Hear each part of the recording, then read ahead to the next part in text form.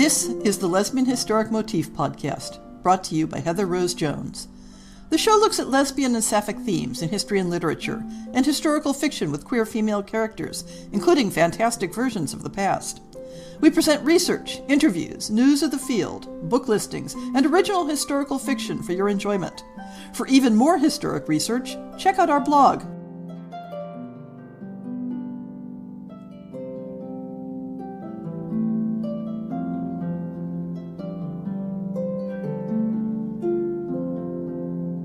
I was lying awake brainstorming for this month's podcast and thinking about topics for the Our Favorite Tropes series, and it occurred to me that a panel topic from last year's Worldcon made a good springboard.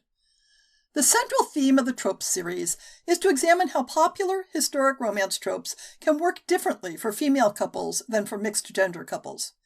But I've also been throwing in a few tropes that don't necessarily have a direct correspondence.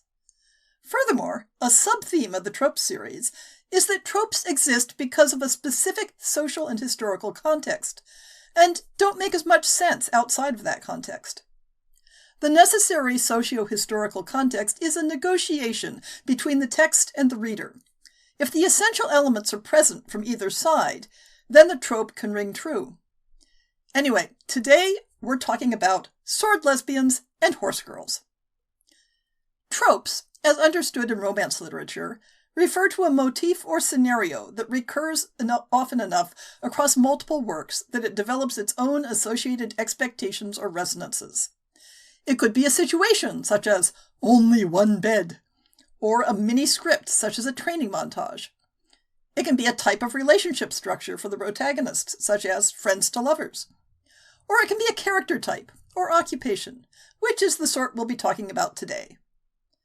I thought it would be fun to juxtapose horses and swords, not only because they're both based on character types, but also because many of the cultural resonances have similar roots in the tensions around the gendering of attributes and interests, and both rely on very specific cultural dynamics for their validity. But it can be the reader that brings the necessary dynamics. Here, I'm going to be reprising some topics that I've covered in the past, but examining them from a different angle. So, let's start with horse girls and why they just naturally fit into sapphic narratives. The traditional theory about why horses and girls go together in fiction tends to lean on two motifs. One is the idea of the horse as best friend, the friend who is affectionate and supportive but will never compete with you in human interactions. The girl can project her own emotions and motivations onto the horse friend. Even if we move into the realm of fantasy horse friends and horse analogs that have human levels of sentience, the relationship remains eternally separate from human connections, and therefore can never be disrupted by them. The second layer of the horse girl is the idea that a person marginalized by gender, and often relatively powerless in society, can develop a relationship with this large, powerful animal in which she is the one in control, the one who guides the horse into lending her its power. Thus, the horse girl represents a fantasy of alliance with a powerful being outside of human gender hierarchies that creates at least a temporary illusion of mobility, freedom, and agency.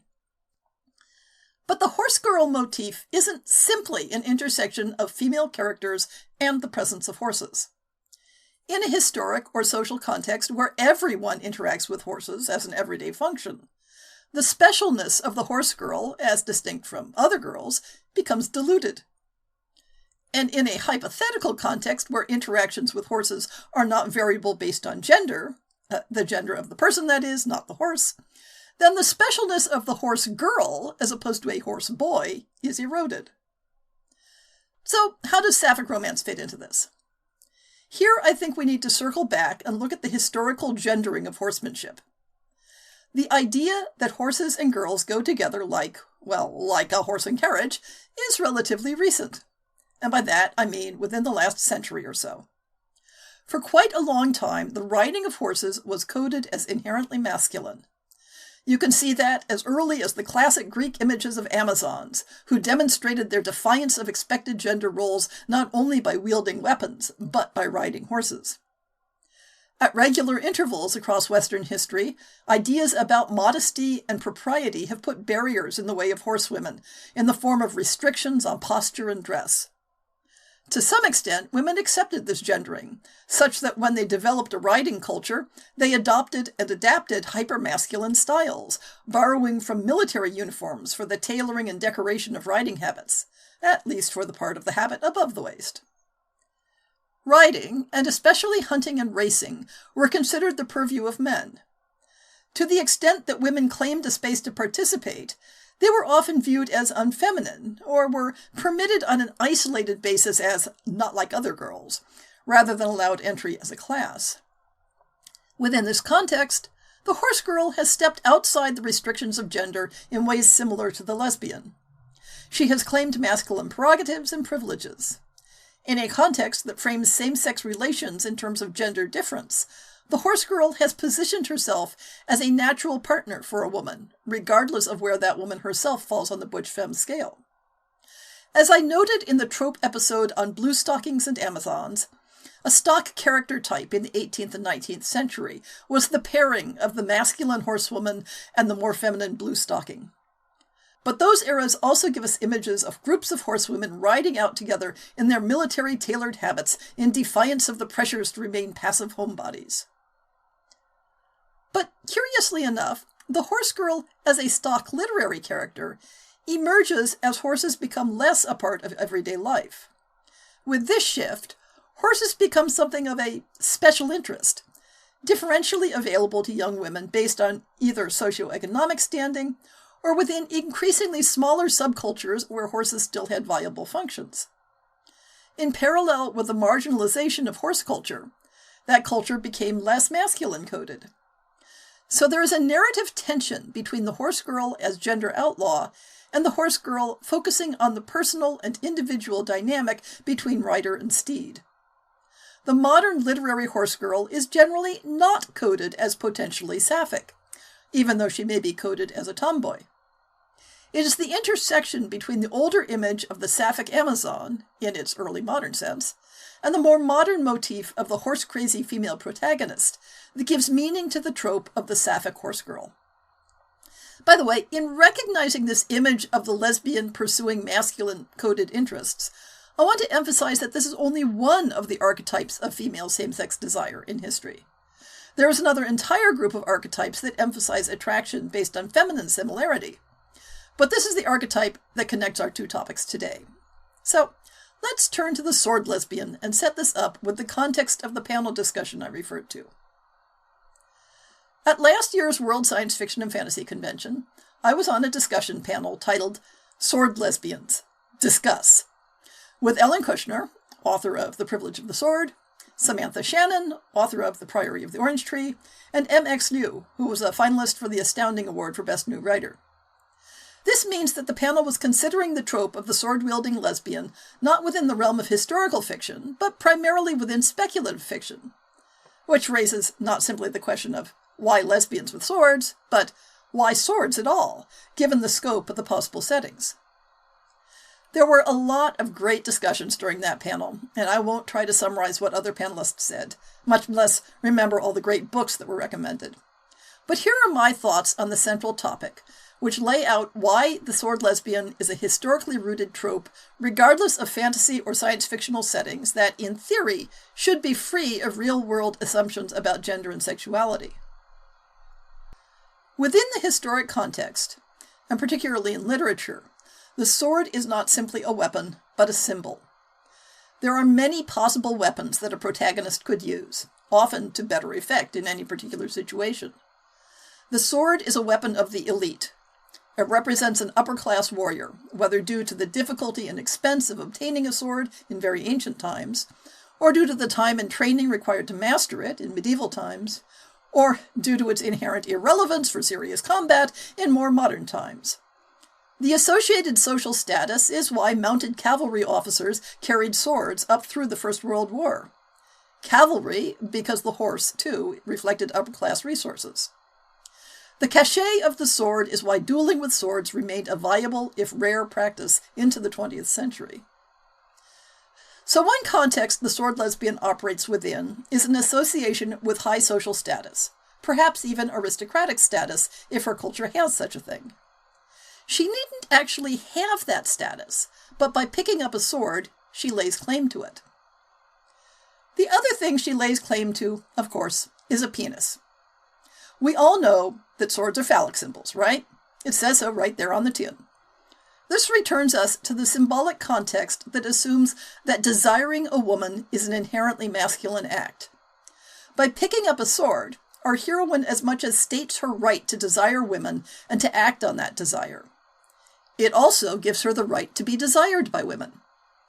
I examined a number of examples in historic literature where these dynamics are made explicit in the podcast episode on female knights. All this makes sense for fiction in a real-world historic setting. But what is the logic behind the trope of the sword lesbian in a purely fantasy setting, or a space opera? My own personal opinion is that the sword lesbian can only be meaningful within a context that reflects both heteronormativity and sexism. Even if these attitudes are not features of the secondary world of the setting, the trope derives its meaning from the background of the reader and author. Whatever our personal beliefs and experiences regarding gender and sexuality, our literary expectations have been shaped by a society that assigns gender to sword use and considers same-sex desire to be a marked state. To be meaningful as a trope, as opposed to a simple character description, the sword lesbian must be a transgressive figure. She must be understood as clearly standing outside social norms and expectations. This makes her dangerous and desirable, but also occasionally vulnerable. Without sexism, it is not a marked action for a woman to bear a sword. Without sexism, she does not transgress any norms and attracts no special attention.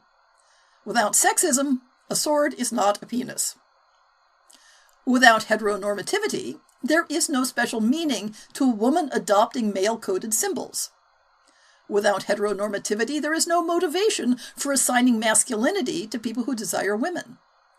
This doesn't mean that in a speculative secondary world that was free of sexism and heteronormativity, that there would be no women who happen to be lesbians and happen to use swords, but that the specific dynamics and relationship to society that we invoke with the label sword lesbian would not exist. Not any more than being a girl and living in California makes you one of the California girls that the Beach Boys sang about. But I digress.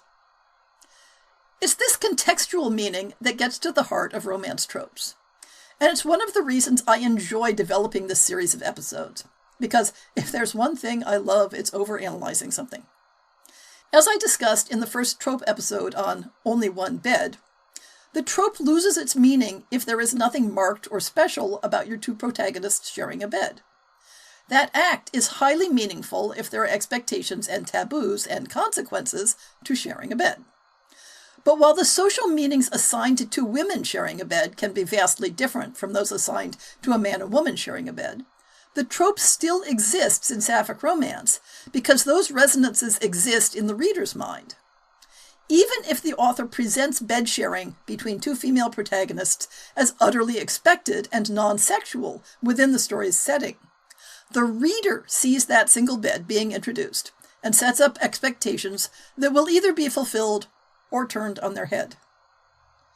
In the same way, the horse girl and the sword lesbian draw their meaning as tropes from the social forces, symbolism, and expectations assigned to their actions and situations, and especially those expectations that make their existence transgressive against social norms. And if they're going to transgress, how about we set the two up on a date and let them transgress a few more norms together?